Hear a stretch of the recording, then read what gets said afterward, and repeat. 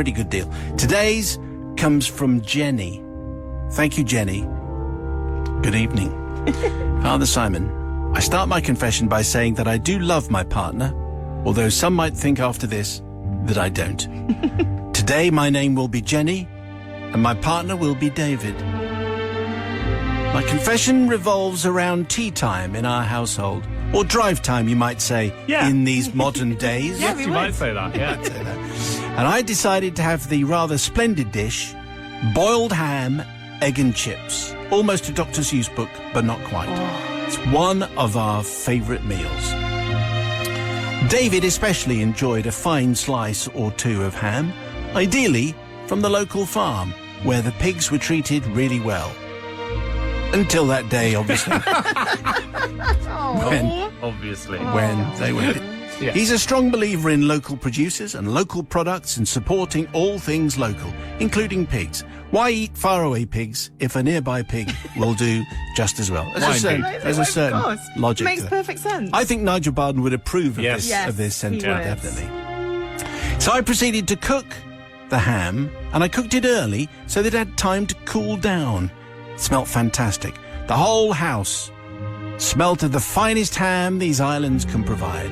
Now, an important thing to say is that the day before, David had dug our lawn to plant grass seed, which I'd been nagging him to do for quite a while. I'm not normally a nag, but on this occasion I certainly had done this. Anyway, back to the dinner, which is cooking away, and I left the ham on the side to cool down. Whenever this thing happens in a confession, it always ends up in the same place. David sat in the other room, and so as a loving partner, I supplied him with a gin and tonic and told him to relax whilst I finished the dinner. Again, it's 1975. I know he could have been helping, but on this occasion he wasn't. He was sitting and drinking a gin and tonic or three. Upon returning to the kitchen, very nice, upon returning to the kitchen, to my horror, the ham had gone. Just disappeared off the counter where it was cooking.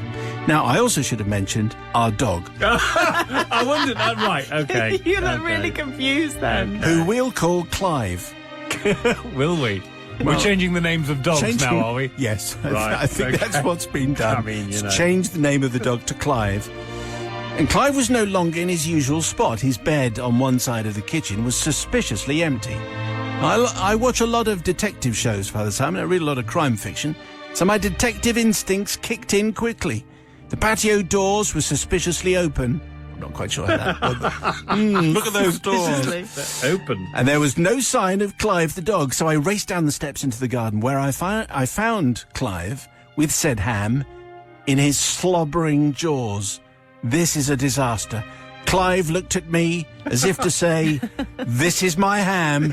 Finders keepers, losers weepers. I don't think that is actually how Clive was looking, but anyway.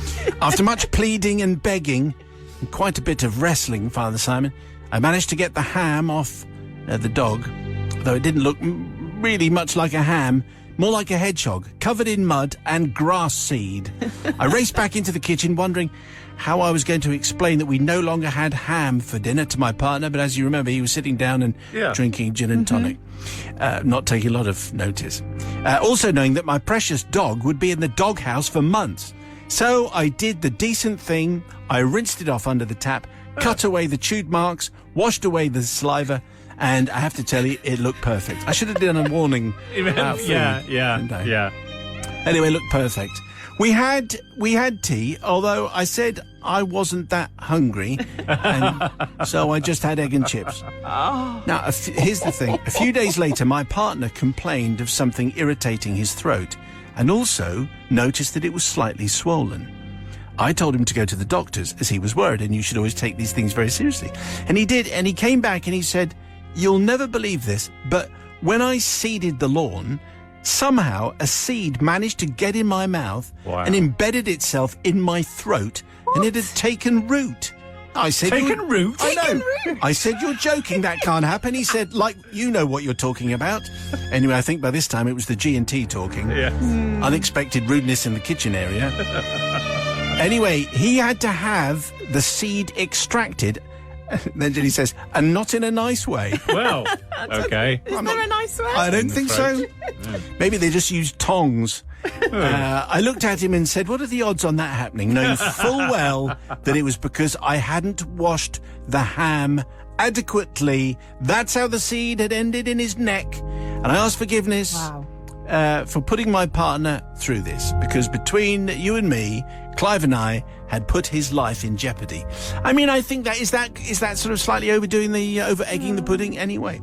They're the words of Jenny. It's Jenny's ham confession. I am what I am. Sister Susie, the voice of responsibility from the pub. Well, do you know what? I think I'm going to forgive Jenny, because I think if David had been involved with making the dinner, then he would have been aware of the situation and he wouldn't have ate the dog-eaten ham. He'd have stopped Clive actually taking the ham in the first place. And he wouldn't have got a grass seed stuck in his throat. So I feel like David got what he came to. What was coming to him. What was coming to him, exactly. And I think that Jenny, he didn't do anything wrong. And I don't think Clive did anything wrong, because how could you expect him or her to not eat the ham that's on the counter? David, get off your backside and sort out the dinner. Exactly. Let's check in with the brother from another Yes, gutter. I quite agree with you, Suze. Yes, get off your backside. It's what comes around goes around. David should have been looking after the ham instead of swallowing one that had been coated in your dog's saliva. Nice. And was it not the perfect crime, really? Because, I mean, he bought the story about the seed somehow making its way into his throat. He had no clue what was going on, Suze. No clue. So I am going to forgive.